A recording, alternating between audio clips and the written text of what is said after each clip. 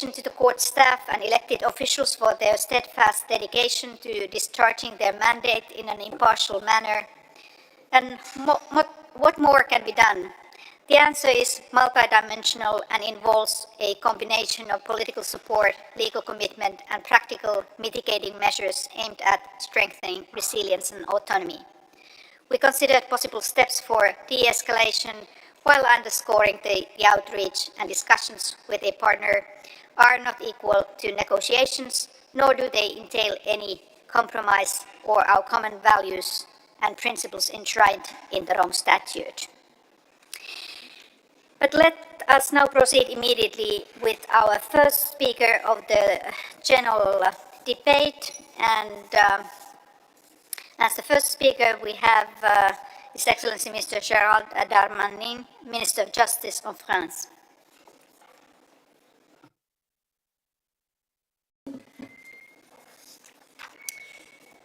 Madame la Présidente de l'Assemblée des États parties, Madame la Présidente de la Cour, Madame et Monsieur les procureurs adjoints, Monsieur le greffier, Mesdames et Messieurs les ministres, Mesdames et Messieurs. Chaque année, l'Assemblée des États parties au statut de Rome rassemble ses représentants ministériels et diplomatiques autour du droit international. Cette édition 2025 suivra la tradition. Elle prend toutefois une résonance particulière. Au sortir de deux guerres mondiales et des crimes de grande ampleur ayant meurtri le XXe siècle, nous pouvions légitimement considérer que cette assise juridique transfrontalière était solidement établie. Parce que l'histoire avait révélé les faits d'une horreur extrême, nous pouvions espérer que la communauté internationale ne tolérerait plus jamais des atteintes à l'humanité, certainement pas sans jugement ni punition, en application d'un droit collectivement géré. Nous pouvions imaginer que les États avaient trouvé non seulement un ensemble normatif, mais aussi un langage commun, pour reprendre les termes de l'ancien secrétaire général.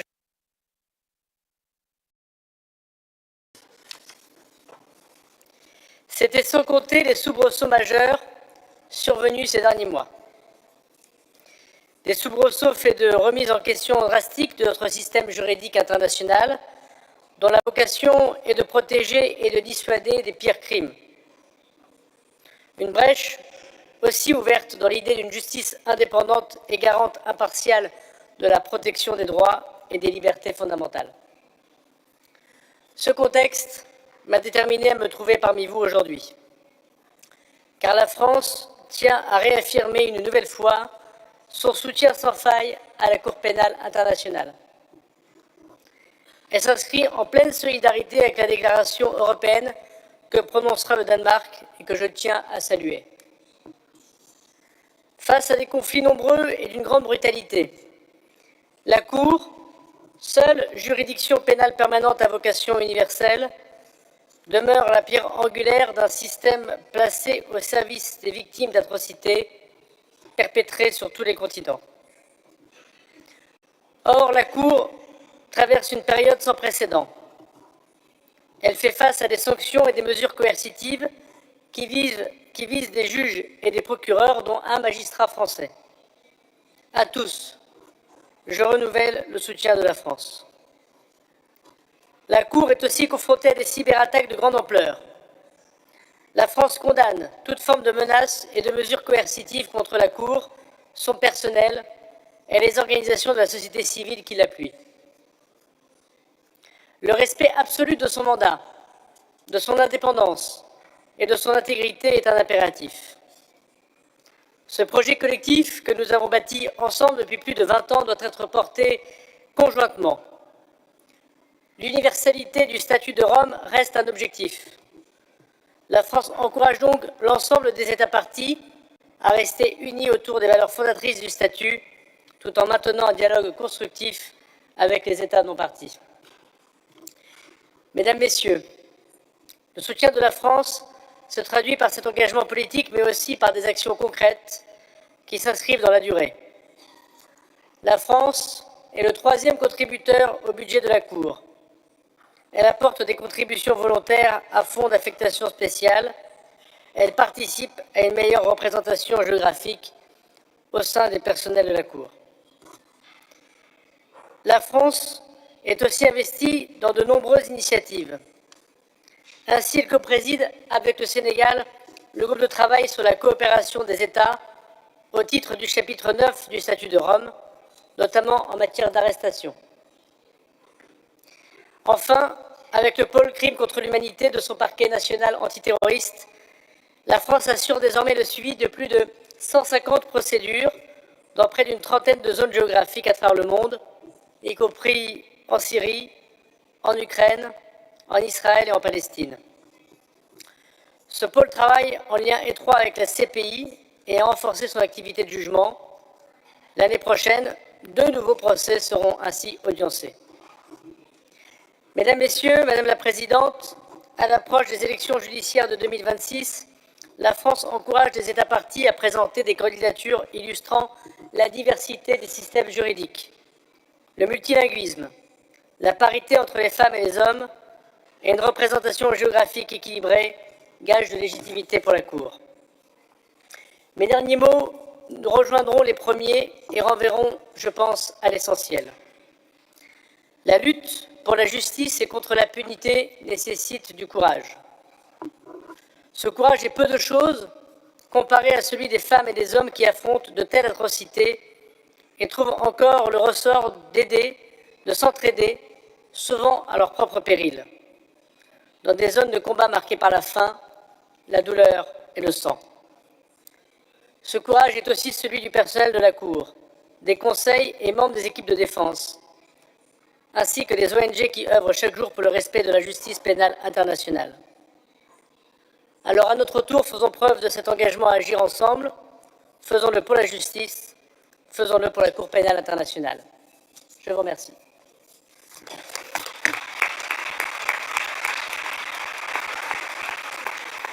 Je remercie Son Excellence pour son intervention.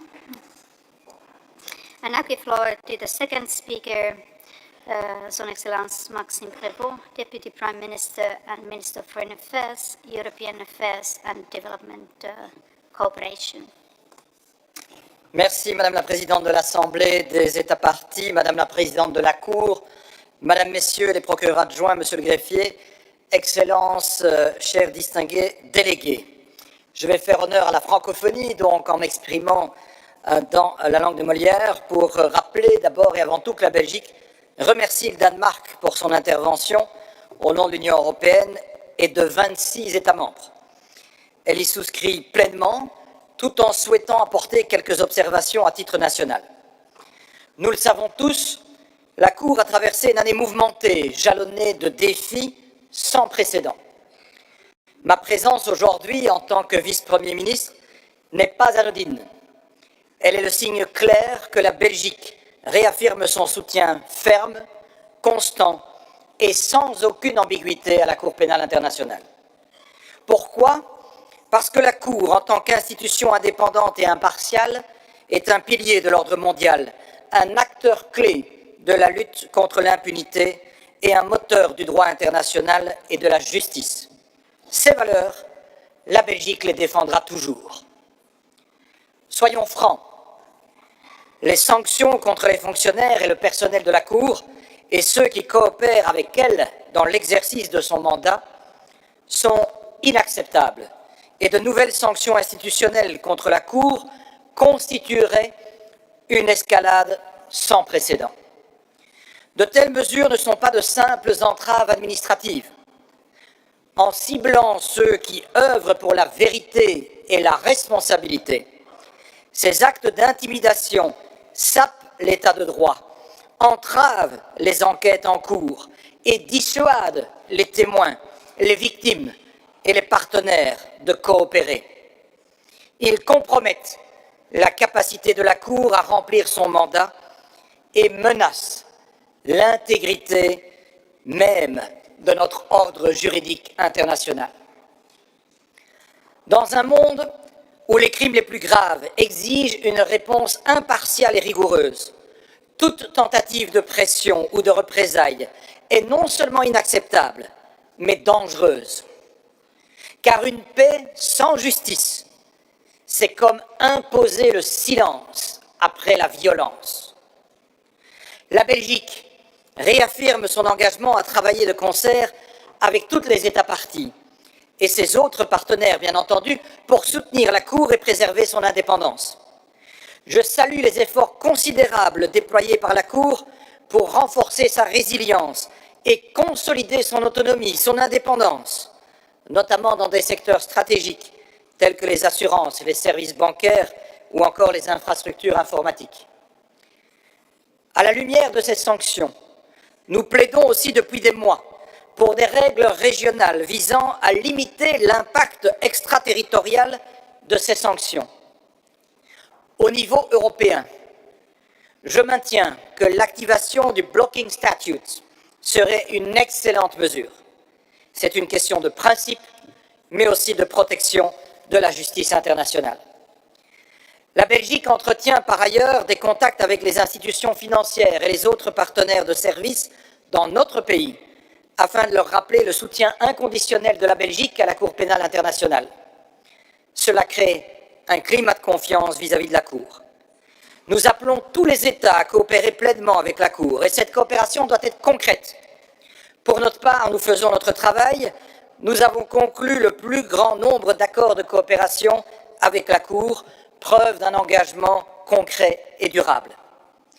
Coopérer signifie aussi respecter ses obligations en tant qu'État partie. C'est une exigence qui ne souffre d'aucune discrimination, et les cas de non-coopération compromettent la crédibilité et le bon fonctionnement de la Cour. Nous regrettons profondément qu'un État ait récemment choisi de se retirer du statut de Rome. Je regrette également que d'autres pays y songent.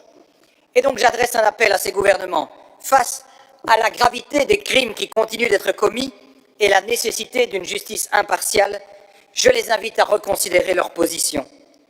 Rejoindre, revenir ou rester dans le système du statut de Rome, c'est affirmer un engagement commun contre l'impunité et pour la dignité humaine. Nous plaidons aussi pour renforcer le cadre juridique du statut de Rome. Nous appelons les États parties à ratifier tous les amendements adoptés afin de consolider l'universalité, la cohérence et l'efficacité du système.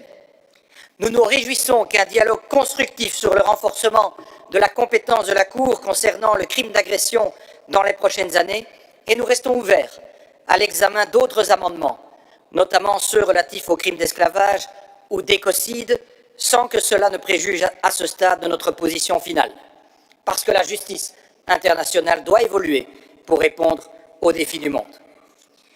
Chers amis, la Belgique saisira chaque occasion pour réaffirmer son soutien à la Cour. Nous appelons chacun des États à faire de même, et malgré les défis, nous souhaitons saluer la résilience dont font preuve le personnel et les responsables de la Cour. Ils poursuivent leur mission malgré les pressions. Et cette année 2025, la Cour a enregistré des avancées significatives dans plusieurs affaires.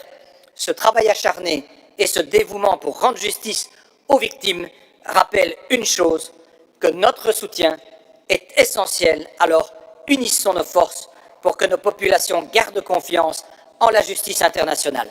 Je vous remercie.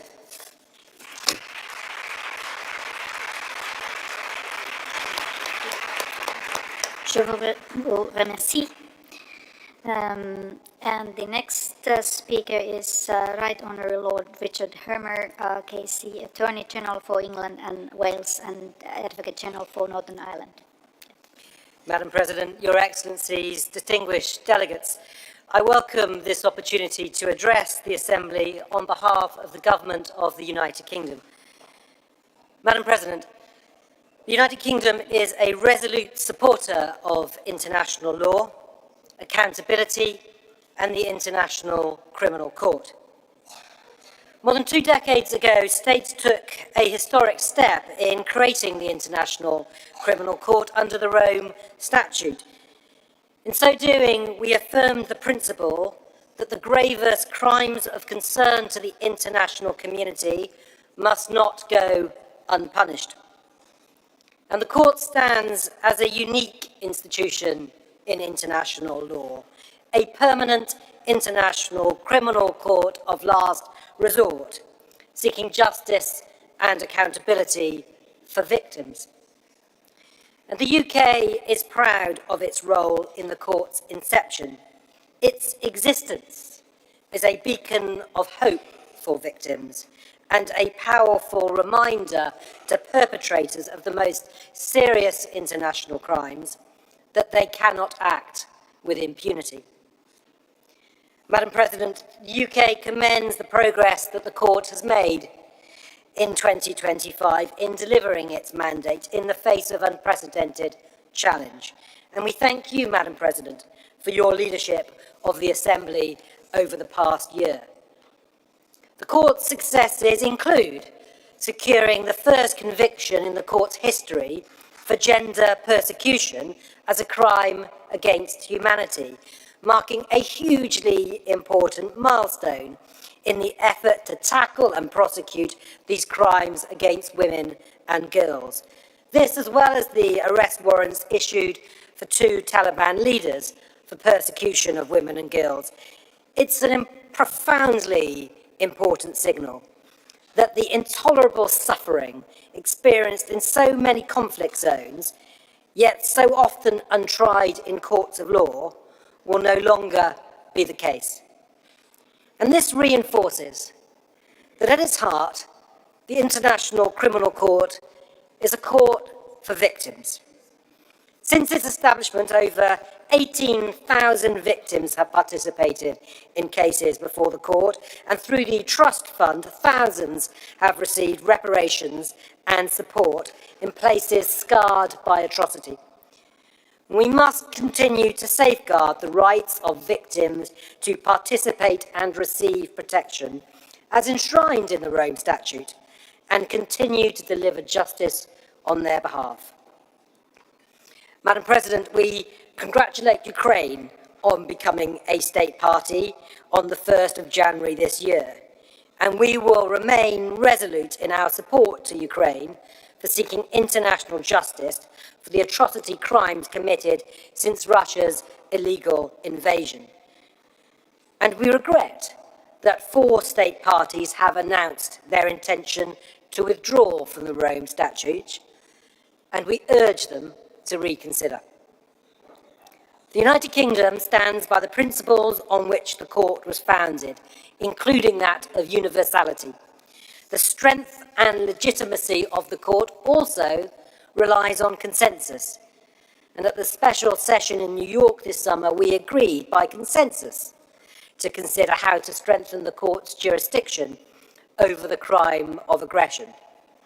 And the United Kingdom remains committed to engaging constructively with states parties on this issue, recognising the diversity of views on the exercise of that jurisdiction. Madam President, as we approach the court's 25th year, we should be honest that our project faces unprecedented challenges. We should not shirk from finding pragmatic ways to tackle these challenges, and to do so in an open-minded and collaborative manner. The United Kingdom reaffirms its unwavering support for the court's impartiality and independence. We have been clear that we are concerned about the sanctions imposed in connection with the ICC's work and the impact on individuals and the court.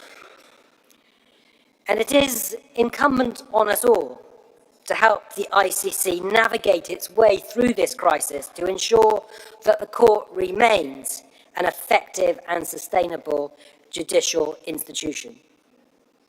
We owe it to the ICC and to those who work tirelessly to deliver its mandate to do so.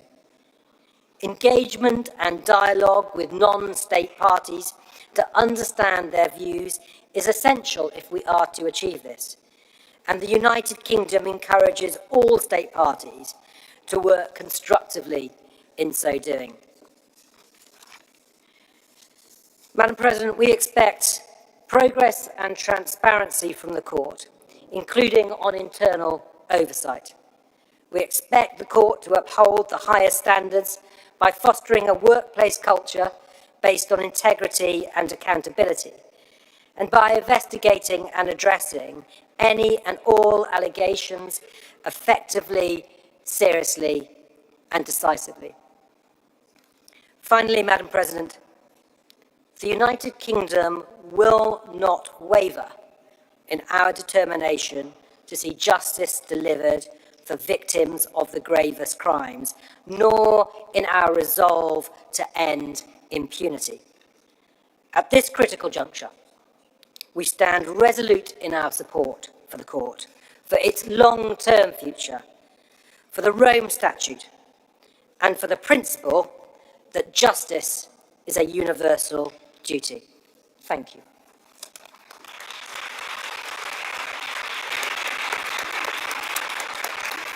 Thank you for your statement, and I now give floor to the representative of Nigeria, His Excellency Prince Lateef Olasunkanmi Fakpemi, the Attorney General of the Federation and Minister of Justice. Madam President, on behalf of His Excellency President Bola Ahmed Tinubu, GCFR, I express our profound appreciation to the court and to the Assembly for their tireless efforts in ensuring a successful and meaningful session. I am bringing warm greetings from the Federal Republic of Nigeria. Nigeria's long-standing commitment to the Rome Statute system remains unwavering. Together with the 125 other state parties, we remain united in our collective resolve to hold accountable those responsible for war crimes, genocide, and crime against humanity. Madam President, Nigeria reaffirms its readiness to continue working with the ICC in the fulfillment of its mandate. Our cooperation is firmly rooted in the principle of international law and the sovereign equality of states, and we remain committed to ensuring that such cooperation always reflects respect for Nigeria's sovereignty and constitutional framework. Permit me to highlight some of the recent national efforts aimed at strengthening our commitment to international humanitarian and criminal justice norms. In May this year, Nigeria convened a high-level international humanitarian law dialogue, bringing together relevant ministries, departments, and other agencies and civil society organizations and academia.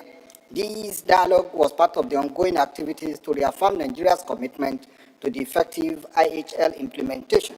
Nigeria continues to prioritize the protection of civilians and accountability during military operations. Our armed forces conduct operations in line with international humanitarian law and maintain mechanisms for independent and transparent investigations into the alleged violations. The 6-month demobilization, radicalization, and reintegration program, our homegrown initiative, has successfully reintegrated more than 6,000 former combatants into society, contributing significantly to national stability and peace building. Nigeria has also taken important legislative steps, including the domestication of African Union Convention for the Protection and Assistance of Internally Displaced Persons, the Kampala Convention, which now awaits presidential assent. The process for the domestication of the Rome Statute and the additional protocols 1 and 2 to the Geneva Conventions are ongoing. Furthermore, Nigeria has joined like-minded states in the global initiative to garner political support for international humanitarian law and recently endorsed the political declaration on explosive weapons in populated areas. Consequent with the ICC principles of complementarity, Nigeria continues to demonstrate the capability and willingness to investigate and prosecute serious crimes committed within its jurisdiction. In this regard, all arms of our government are collaboratively working to strengthen domestic mechanisms to address grave crimes and reinforce the rule of law. Nigeria, therefore, looks forward to formal conclusion on its situation by the ICC.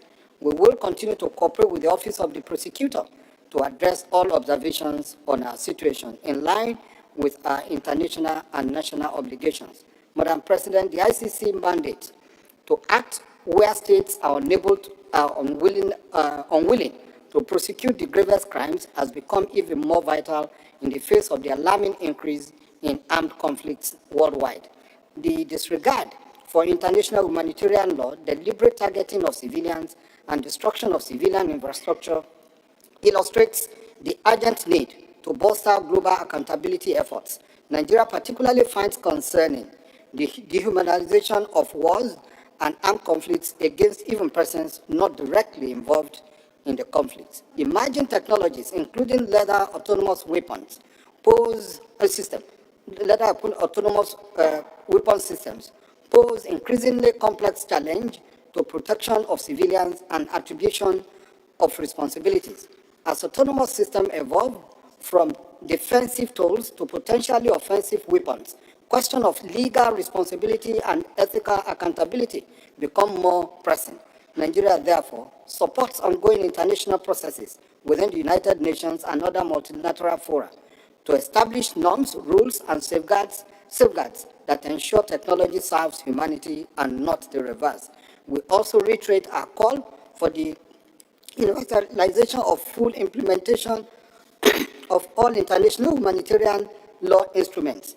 The Assembly must remain attentive to the unique challenges faced by states confronting terrorism, insurgency, conflict, and mass displacement. Nigeria reiterates that global accountability architecture should remain sensitive to these realities, whilst upholding higher standards of justice. Effective cooperation, including victim support, timely sharing of information, technical assistance, and support for international justice system remain essential. Nigeria fully supports efforts aimed at strengthening the ICC independence, efficiency, and credibility. We encourage adequate resourcing of the court and continued implementation of the independent expert review recommendations. We also emphasize the need for continued dialogue between the ICC and the African continent. Africa's peculiar experiences and challenges must be integrated into ongoing discussions on cooperation, complementarity, and reform. Madam President, Nigeria strongly condemns the recent cyber attacks on the ICC digital infrastructure. The attacks are clearly deliberate attempts to undermine the court's independence and mandate and erode global confidence in international justice. We urge the court to deepen collaboration with relevant stakeholders, including experts in the emerging technologies and artificial intelligence, to bolster resistance against future threats and safeguard the integrity of the court's operation.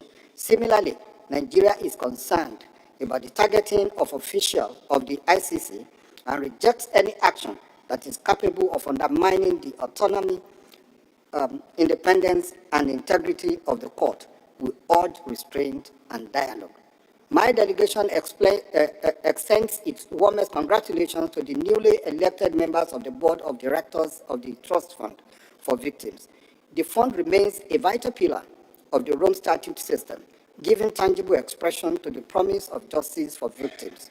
We trust that the board will continue to discharge its responsibilities with diligence, transparency, and compassion. Nigeria calls for increased voluntary contributions to support reparations and assistance programs that promote integration and healing. Madam President, I conclude by saying Nigeria stands firmly with fellow states parties in the collective efforts to end impunity for the most serious crimes of concern to the international community. We reaffirm our full support for the work of the court and encourage states that have not yet acceded to the Rome Statute to do so in the interest of global peace, justice, and humanity. I want to thank you for your attention. And I thank you for your statement. Next speaker is Slovenia, Her Excellency Tanja Fajon, Deputy Prime Minister and Minister of Foreign Affairs and European Affairs. Madam President, Slovenia aligns itself with the statement of the European Union and wishes to convey the following remarks in its national capacity. Madam President, the ICC is a legacy of the Nuremberg Tribunal, whose historic work began 8 years ago. At the time, the Nuremberg Tribunal was novel and experimental. Nevertheless, it applied international law to establish accountability without ambiguity and indecision. It could afford no compromise in addressing the consequences of the worst wrongdoings. The activities of the ICC are not driven by the momentum of victory or fresh enthusiasm. On the contrary, the Court builds upon the historic lessons learned and on the development of international law in order to secure global peace and security. It serves the interests of the entire international community, not only state parties. For this reason, it needs and deserves our unequivocal support and protection without hesitation or second thoughts. This institution and the individuals working for it, our citizens, demonstrate daily their dedication to the mandate entrusted to them, independently, impartially, professionally, and with integrity. Any threats, including sanctions and attempts to undermine the independent work of a judicial institution, including those who cooperate with it, constitute an attack on the rule of law, on human rights, and on the stability of the international order based on international law. And strong response of states is needed, and we see triggering the blocking statute as such a measure. The ICC is the world's criminal court, supported by a majority of the international community.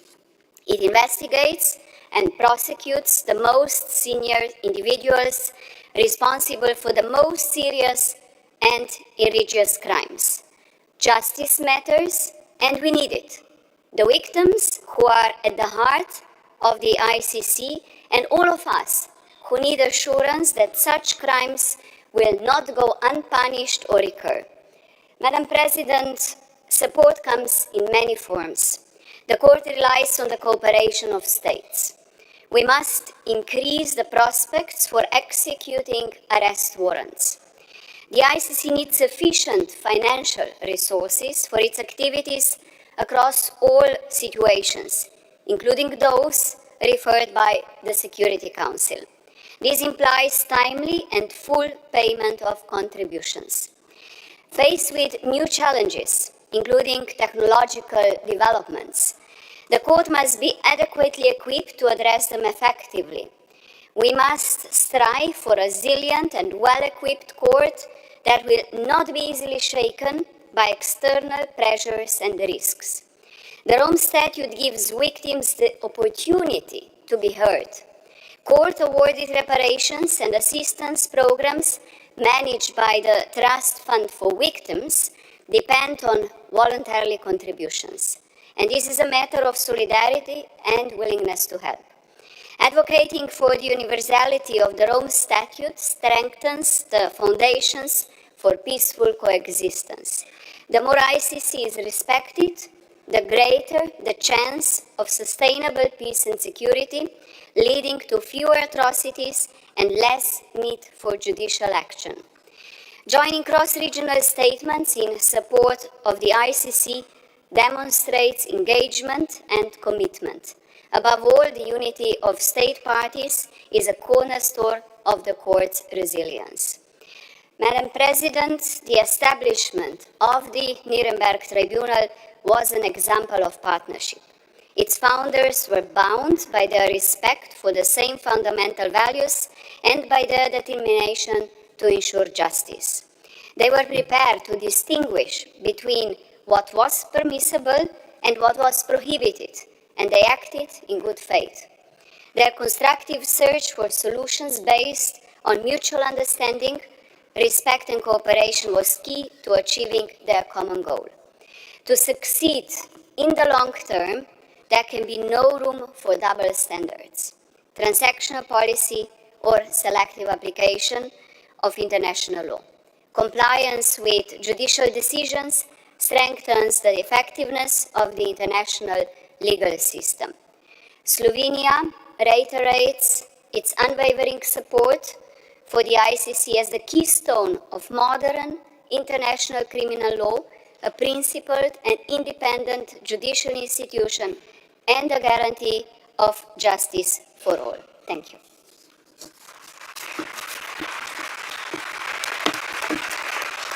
I thank you for your statement. And the next speaker is representative of the Kingdom of the Netherlands, His Excellency Arno Rutte, Minister for Legal Protection.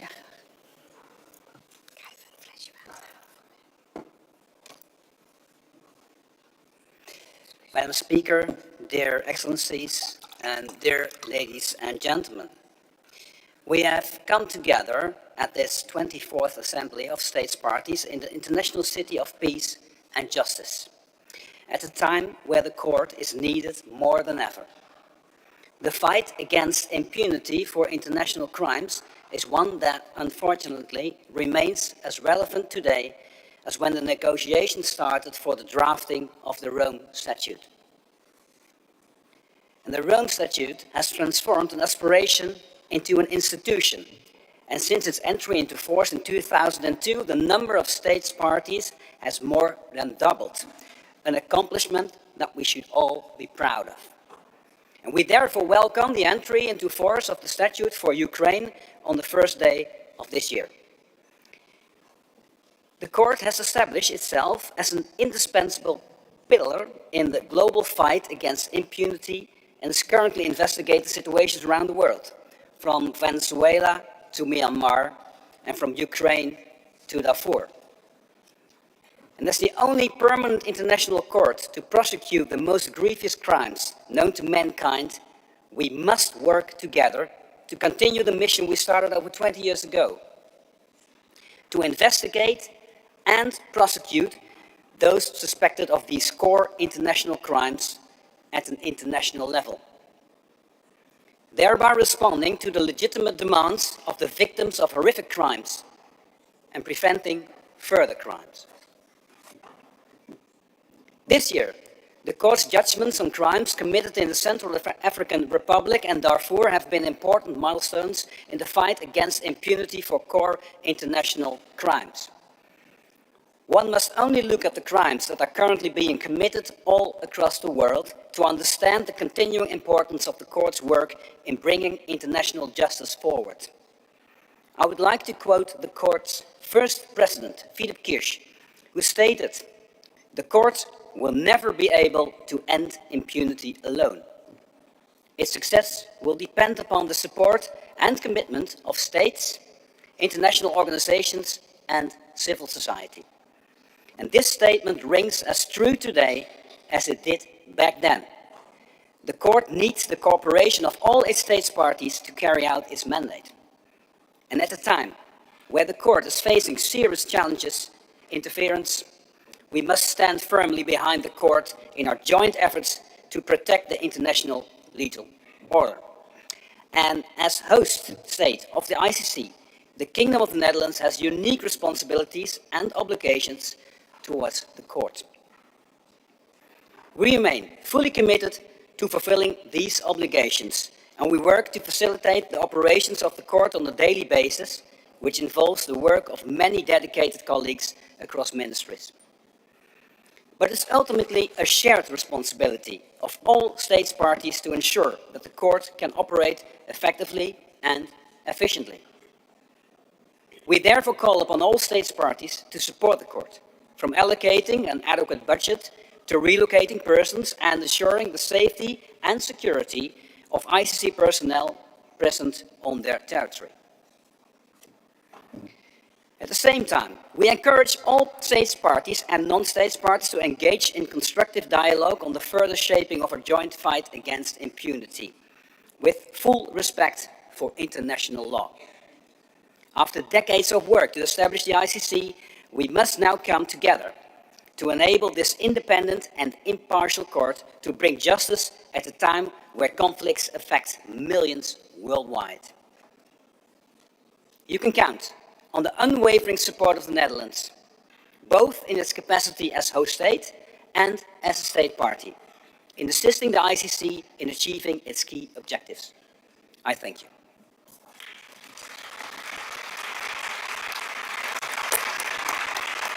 I thank you for your statement. The next speaker is Representative Colombia, Her Excellency Rosa Yolanda Villavicencio Mabi, Minister of Foreign Affairs.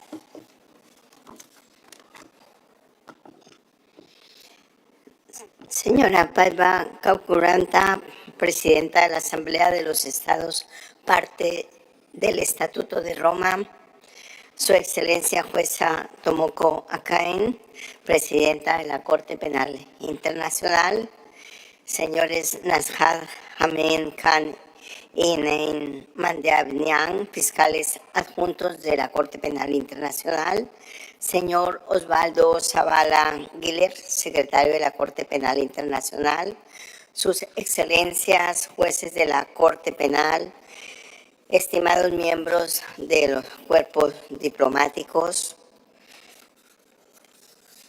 distinguidos representantes de organizaciones internacionales y distinguidos invitados, además de los presentes en esta 24ª sesión de la Asamblea de los Estados Parte. Es para mí un honor distinguirme antes de dirigirme a esta Asamblea con ocasión de la 24ª sesión de los Estados Parte del Estatuto de Roma.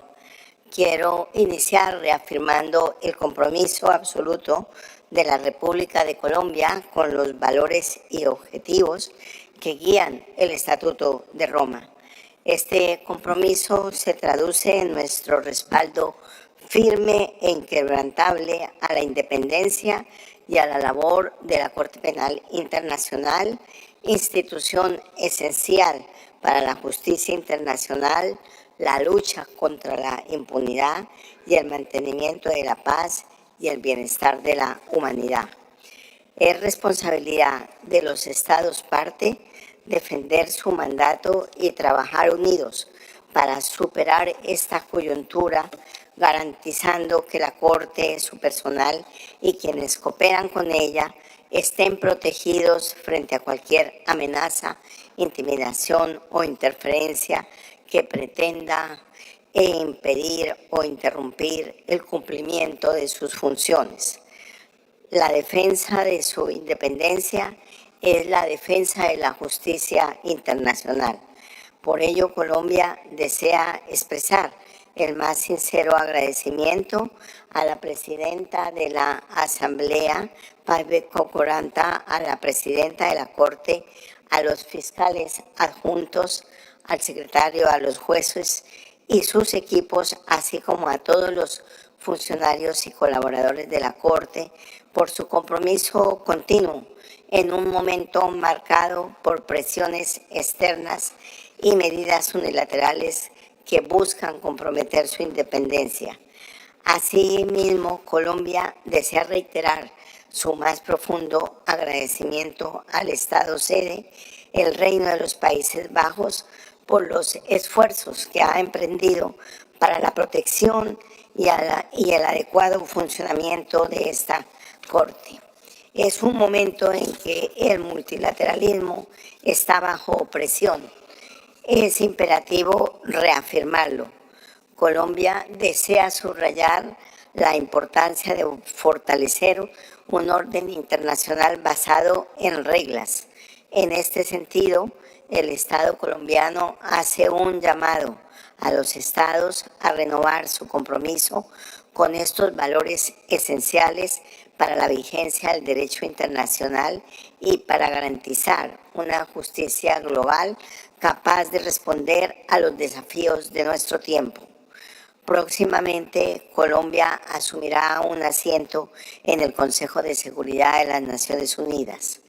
Asumiendo esta responsabilidad, nuestro país reafirmará su compromiso con un orden internacional basado en reglas, promoviendo y defendiendo el derecho internacional como pilar fundamental para la paz y la seguridad internacionales. Esta participación constituye una oportunidad para fortalecer desde dicho órgano los principios que sustentan el multilateralismo y en particular para afirmar la importancia del derecho penal internacional como herramienta esencial para asegurar la rendición de cuentas frente a la comisión de los crímenes más graves cometidos contra la humanidad.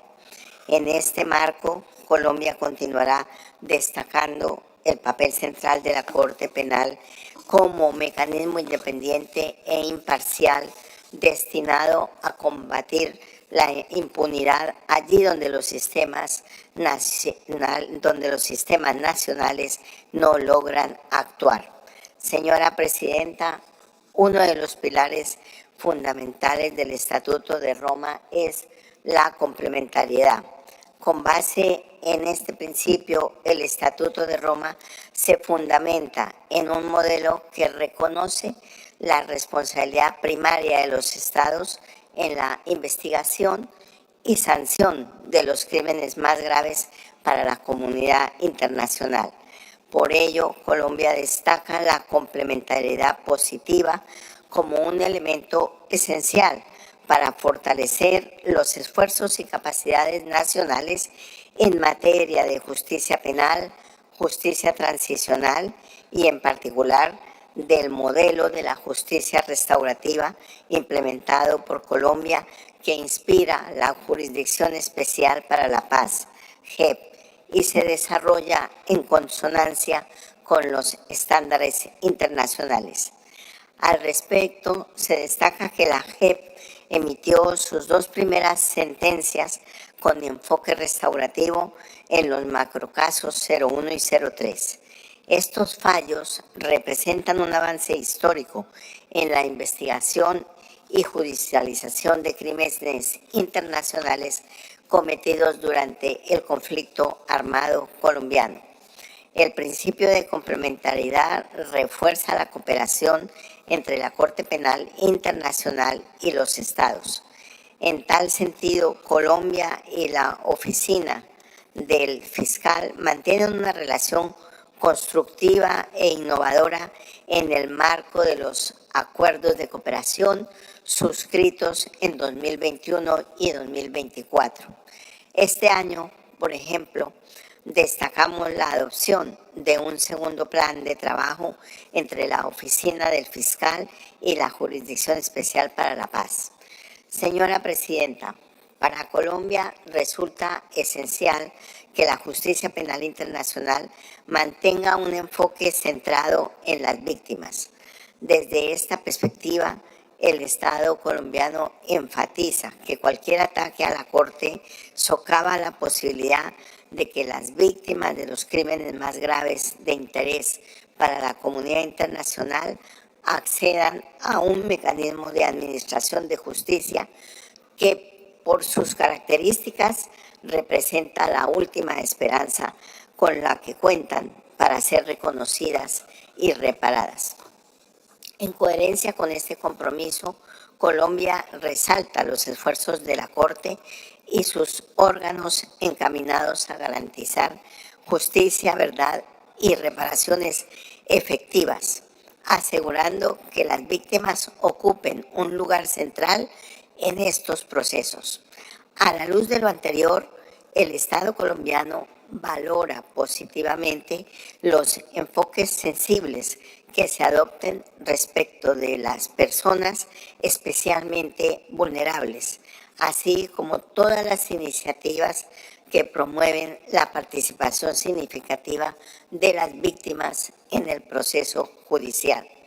De igual manera, deseo resaltar el anuncio de una contribución voluntaria que realiza el Gobierno de Colombia al Fondo Fiduciario en beneficio de las víctimas. Este aporte refleja nuestro firme compromiso con la justicia internacional y con el apoyo a quienes han sufrido las consecuencias más graves de los crímenes que son competencia de esta Corte.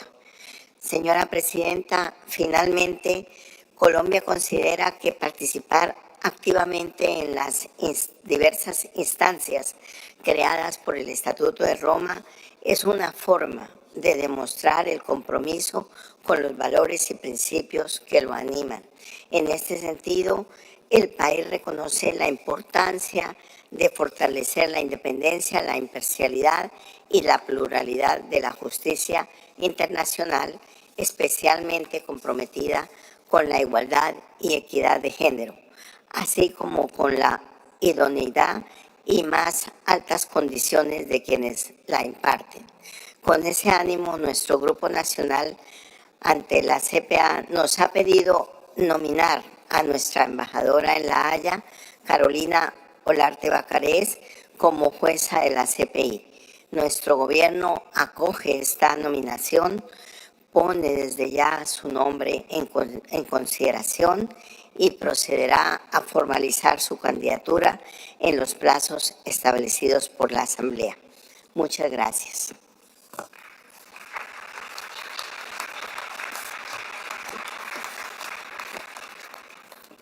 I thank you for your statement. And next speaker is Representative of Uganda, His Excellency Norbert Mao, Minister of Justice and Constitutional Affairs.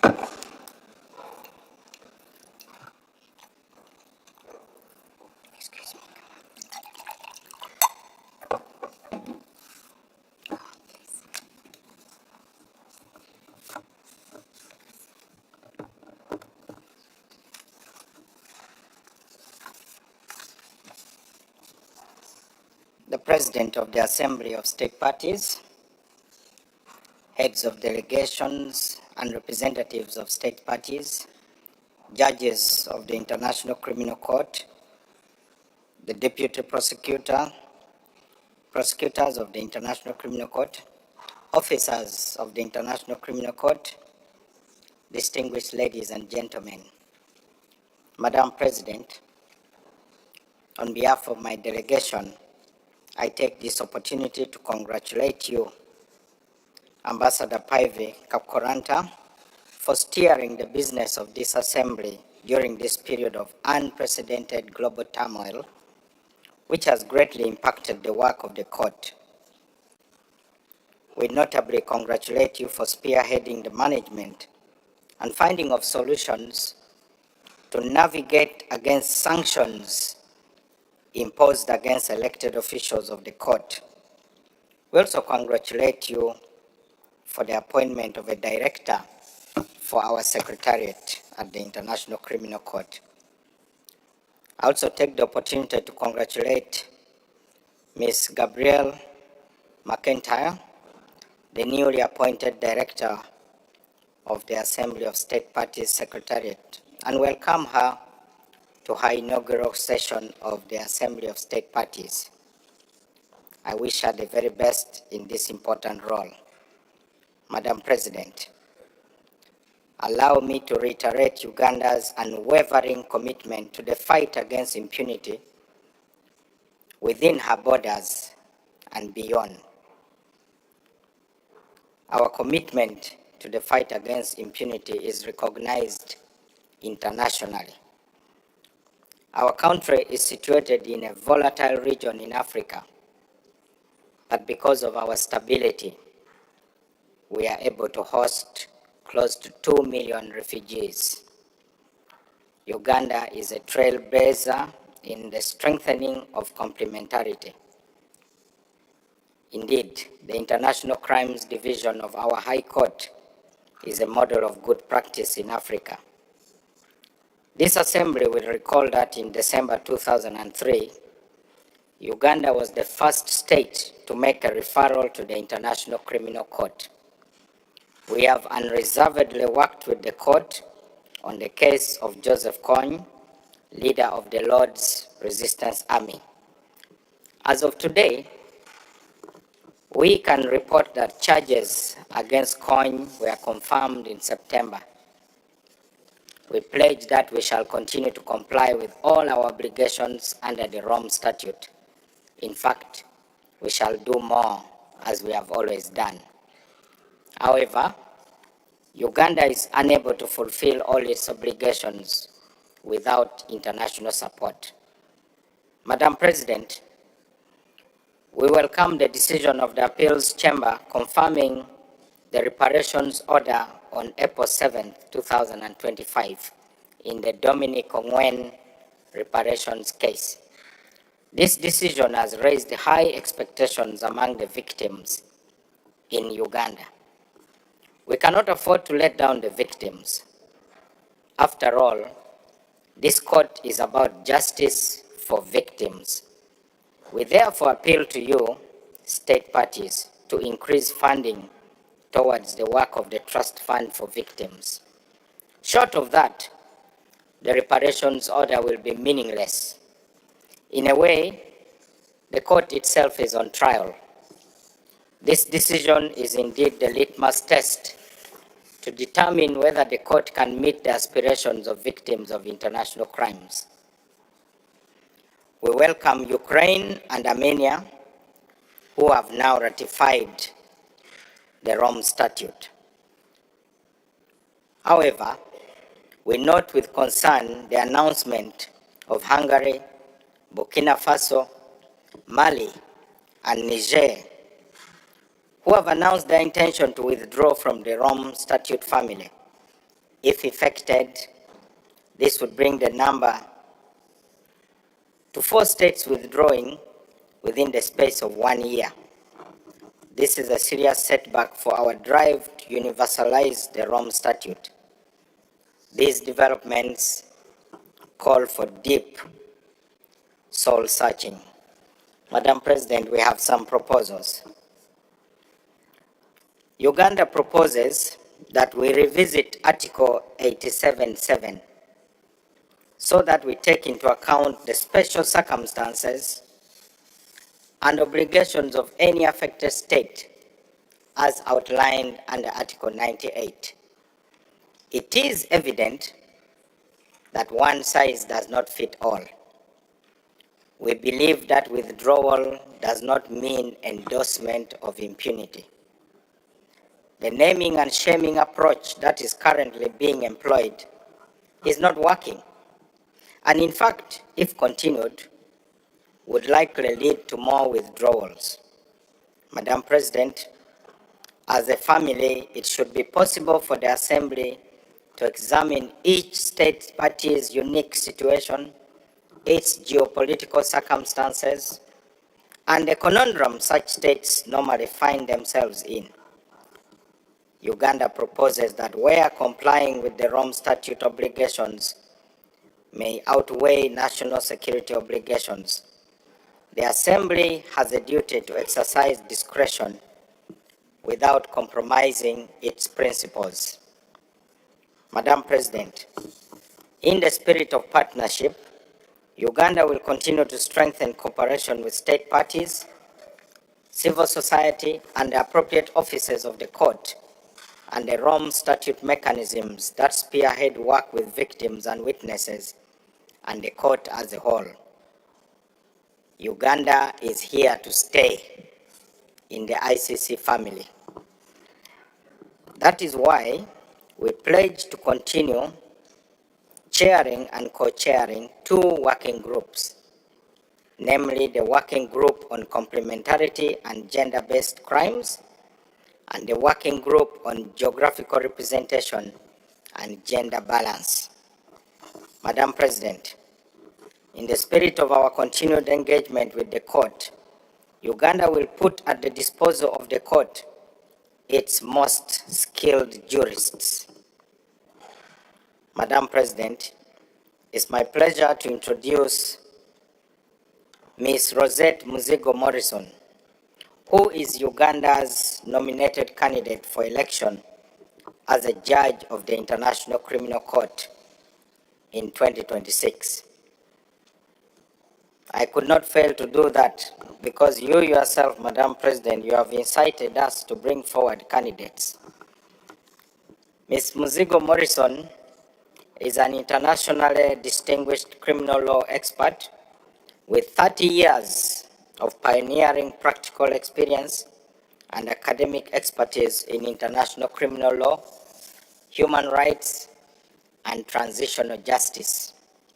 She possesses in-depth knowledge of the legal framework and jurisprudence of the International Criminal Court. She is proficient in addressing sexual and gender-based violence and violence against and affecting children. Ms. Muzigo Morrison served with the International Criminal Tribunal for the former Yugoslavia, the International Criminal Tribunal for Rwanda, the Special Court for Sierra Leone, the Independent Commission of Inquiry on Libya, and the International Criminal Court, among other assignments in the course of her illustrious career. Ms. Muzigo Morrison obviously fully meets the criteria set out in Article 36 of the Rome Statute, and given her knowledge and experience, the government of Uganda is confident that she is an excellent candidate to serve as a judge at the International Criminal Court. She will significantly contribute to its efficient and effective operation if elected. Who wouldn't want such a person on the bench of the International Criminal Court? Please vote for her. Madam President, allow me to conclude by reiterating Uganda's continued support for the court. We believe in this court. That's why we were the first country to refer a case to the International Criminal Court. And even if everyone left, we will still be around. Madam President, we wish you and everyone here great deliberations for the coming week. For God and my country. Thank you very much.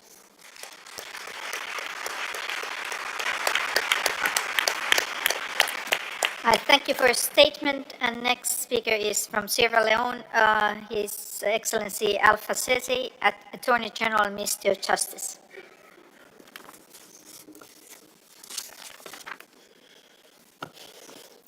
Madam President, Excellencies, distinguished delegates, good afternoon.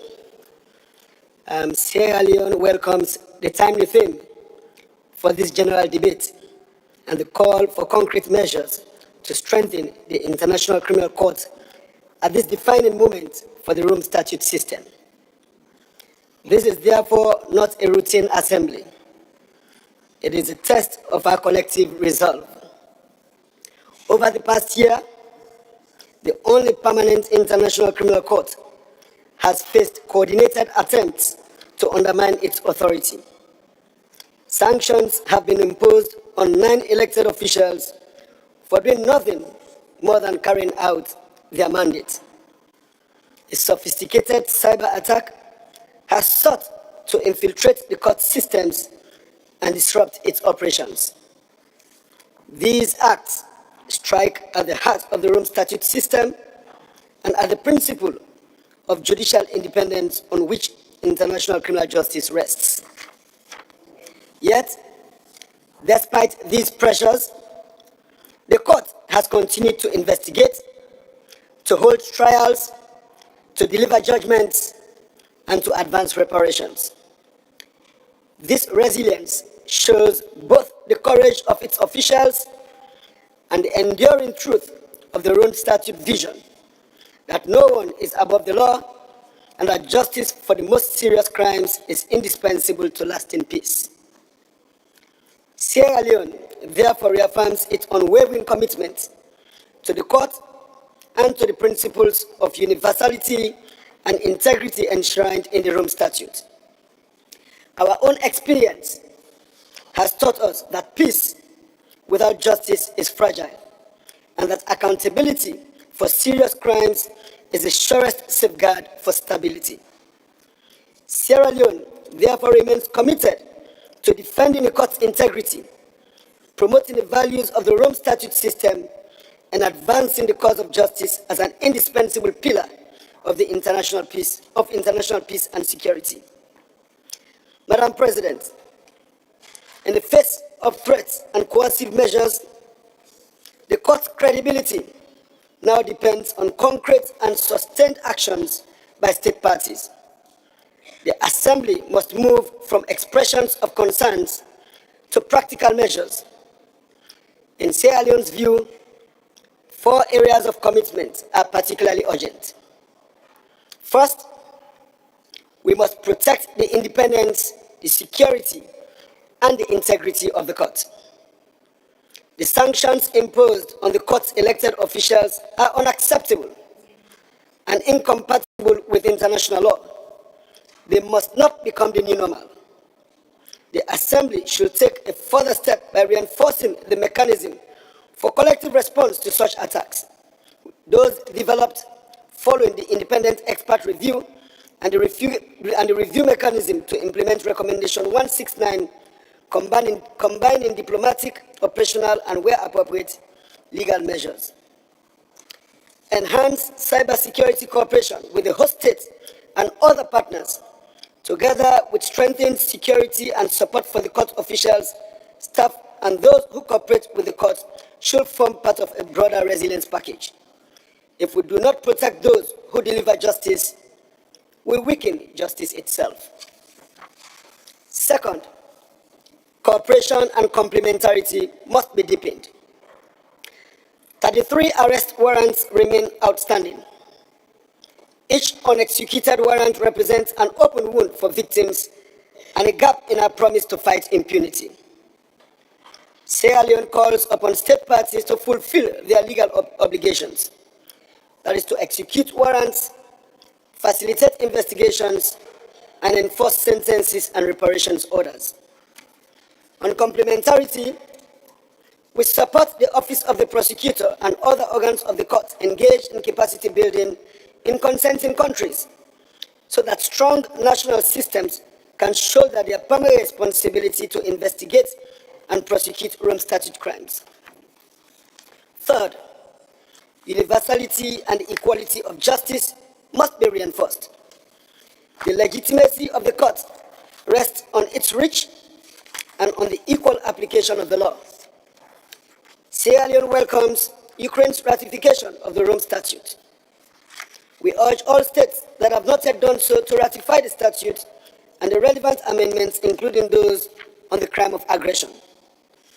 We regret withdrawals and notifications of withdrawal, and we appeal to those states to reconsider. Fourth, victims must remain at the center, and the trust fund for victims must be sustainably financed. Victims are the moral core of the Rome Statute system.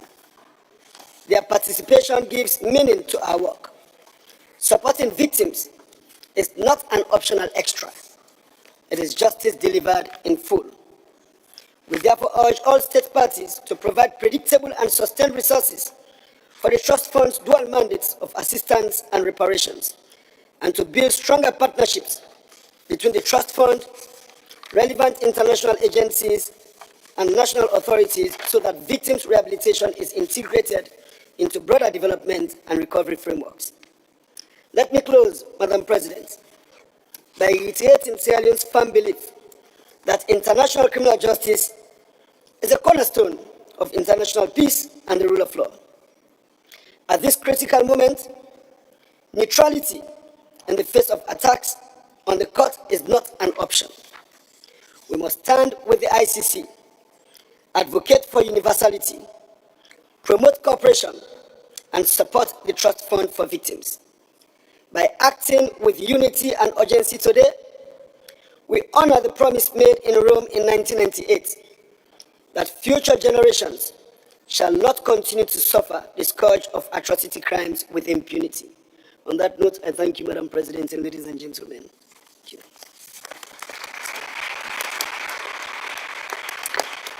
I thank you for your remarks, and the next speaker is Ghana, His Excellency Dominic Akuritinging Ayen, Attorney General and Minister of Justice.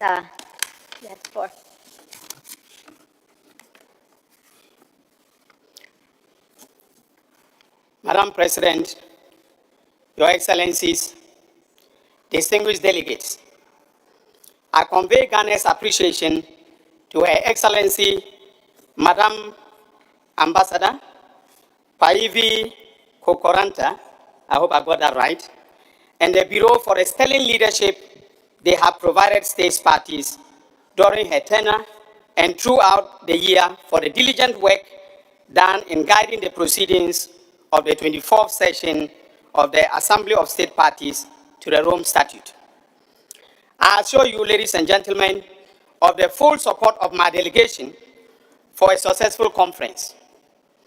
My appreciation also goes to the President of the Court, Judge Tomoko Akani, and to the Secretariat for the excellent work done in the management of the affairs of the Court.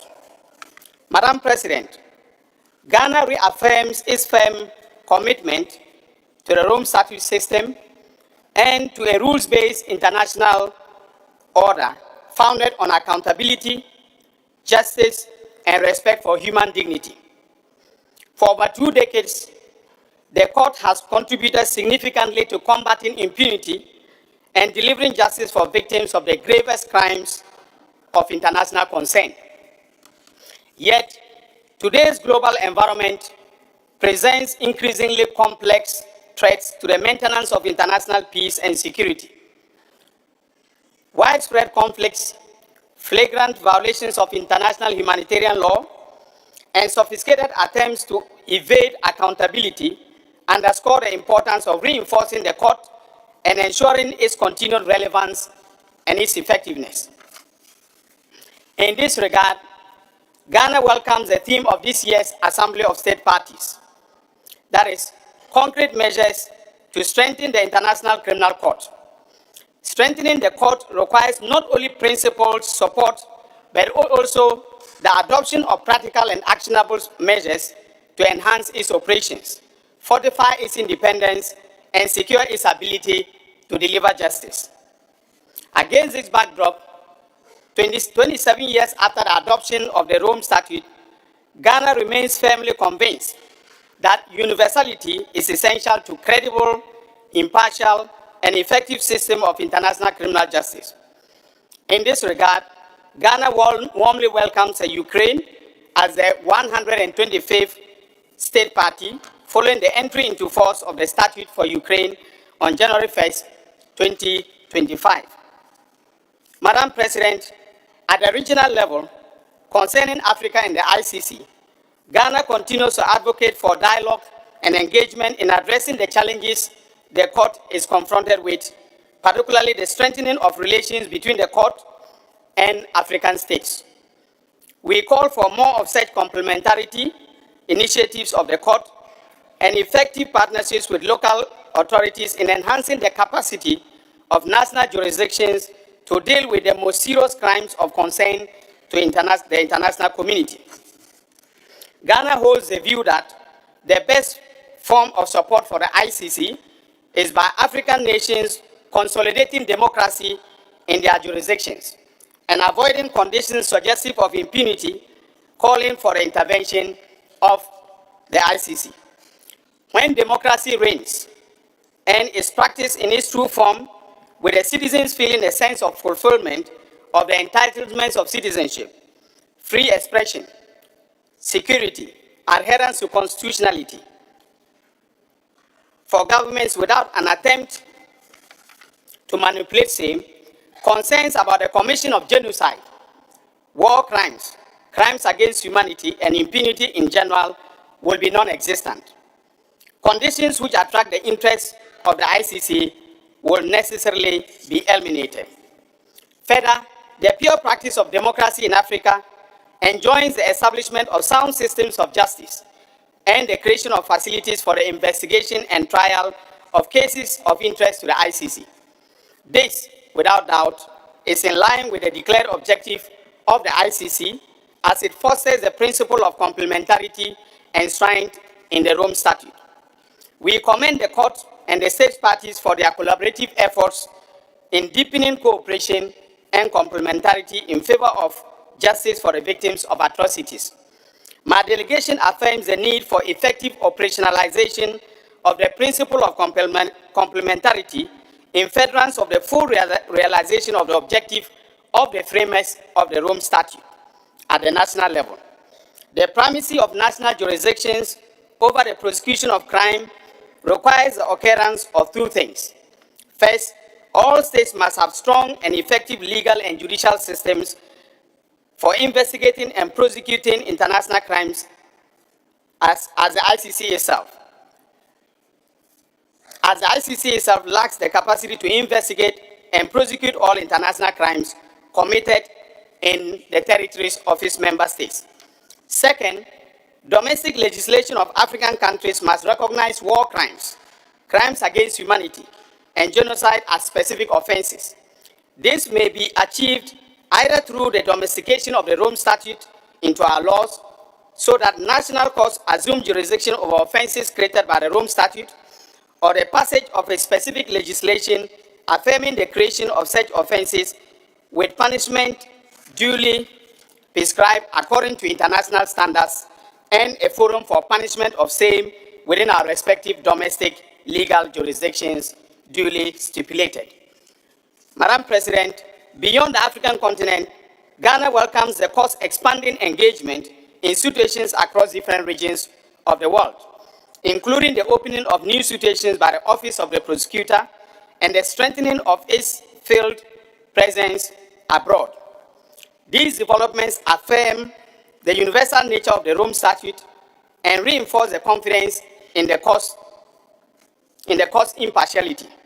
They also help dispel the perception that the court unduly concentrates on Africa, especially as international crimes under the statute know no geographical boundaries. The court must also be able to act wherever its jurisdiction is engaged and to respond without equivocation to war crimes, genocide, crimes against humanity, and the crime of aggression committed anywhere in the world. Madam President, distinguished delegates, my delegation is deeply concerned about the increasing attacks, threats, and sanctions or measures of a similar effect directed at officials of the court, United Nations mandate holders, and civil society actors cooperating with the court. Such sanctions undermine judicial independence and pose a direct threat to the global fight against impunity. We are further alarmed by the malicious cyber attack that sought to infiltrate the court's information systems and disrupt its operations, reflecting the evolving nature of attempts to obstruct international justice. These developments highlight the urgent need to fortify the court's digital infrastructure, enhance the protection of its personnel and partners, and strengthen cooperation with the host states and other jurisdictions in responding to retaliatory measures. Ghana affirms that no form of political, financial, or technological intimidation should be permitted to impede